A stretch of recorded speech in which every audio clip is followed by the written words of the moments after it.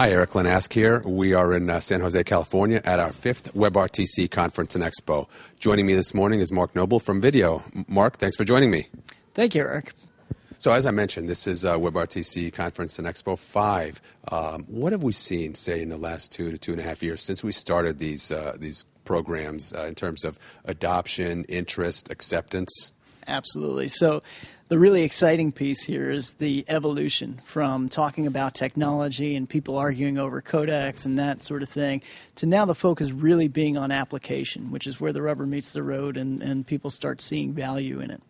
And we're seeing now kind of a groundswell in terms of interest for this real-time communication, particularly on the video side, in the context of customer engagement, right? And customer engagement has come a long way. You know, it used to be customer engagement was you had a bullpen of generalists that were there to answer calls, to provide some level of support and that sort of thing. And they were looking to get off the phone as quickly as possible to reduce cost. Now customer engagement has really become a sales-based activity and a value-add-based activity where they're looking to utilize that engagement as a way of building relationship with customer through richer interaction with video and that sort of thing. From that perspective, it means that also the paradigm has shifted a little bit. And what you find is that now anybody inside an enterprise may become a customer-facing agent. And they already have their own tools and such that they use to communicate on a day-to-day basis.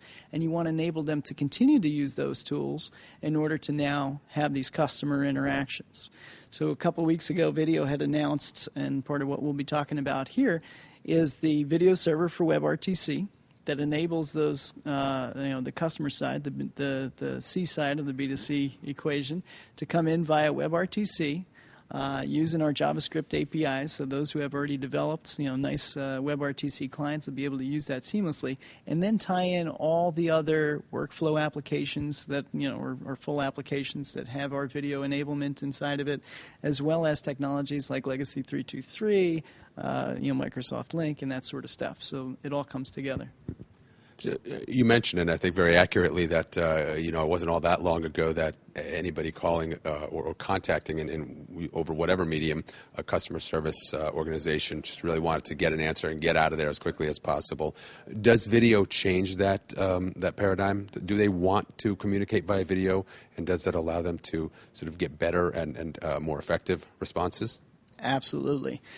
So the question was around, when a partner of ours, American Well, had first come to market, right? The question was, is America ready for online health care and having these kind of video interactions?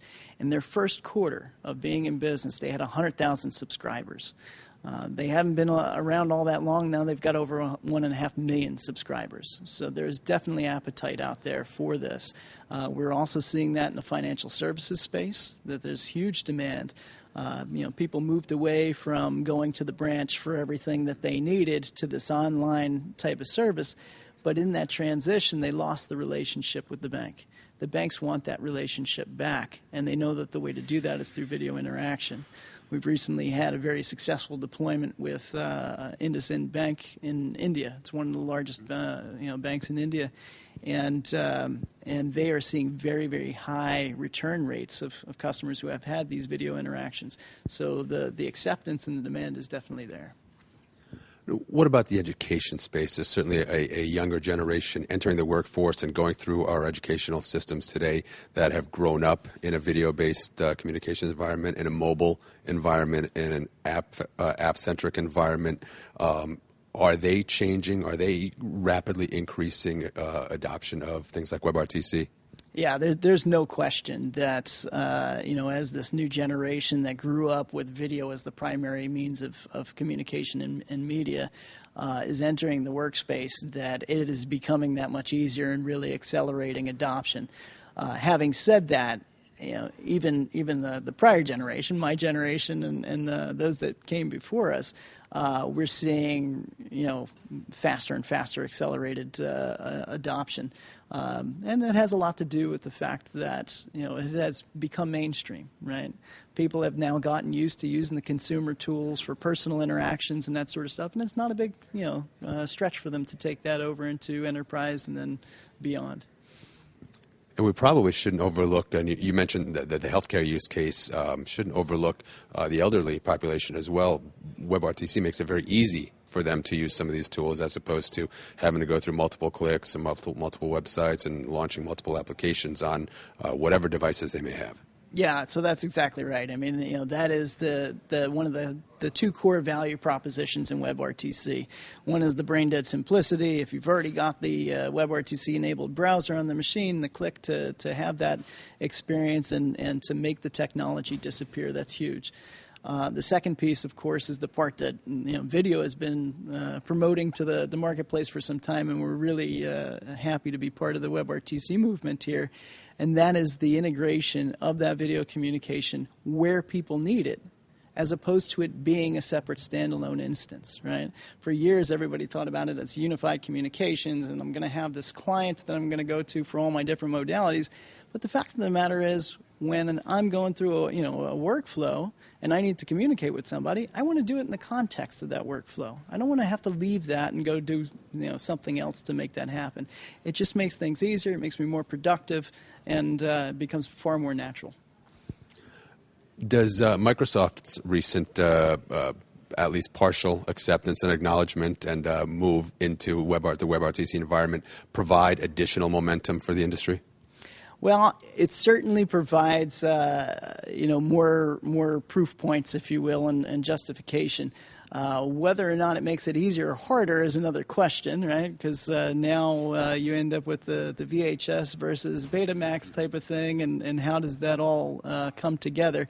But definitely, the more people who embrace this and understand the value that it brings, all boats rise with the tide. And frankly, from Vidyo's perspective, it doesn't matter what WebRTC technology you use. We'll be able to pull them together with the infrastructure. So, Mark, one last question for you. Again, being our 5th WebRTC conference and expo, what do you expect from the show this year? Well, I think, like I said, I think that the focus is going to be a lot more on the applications, and now less about how do we work through the technology issues, and now how do we actually go ahead and commercialize this and bring it into solutions that people are going to use in their daily lives and make a difference in their lives, right? And that's really, I think, what you're going to see in the sessions is going to be a whole lot more focus on application and successful use case stories. Great. Thanks, Mark. Mark, thank you for joining us. Thanks so much, Eric. Appreciate it.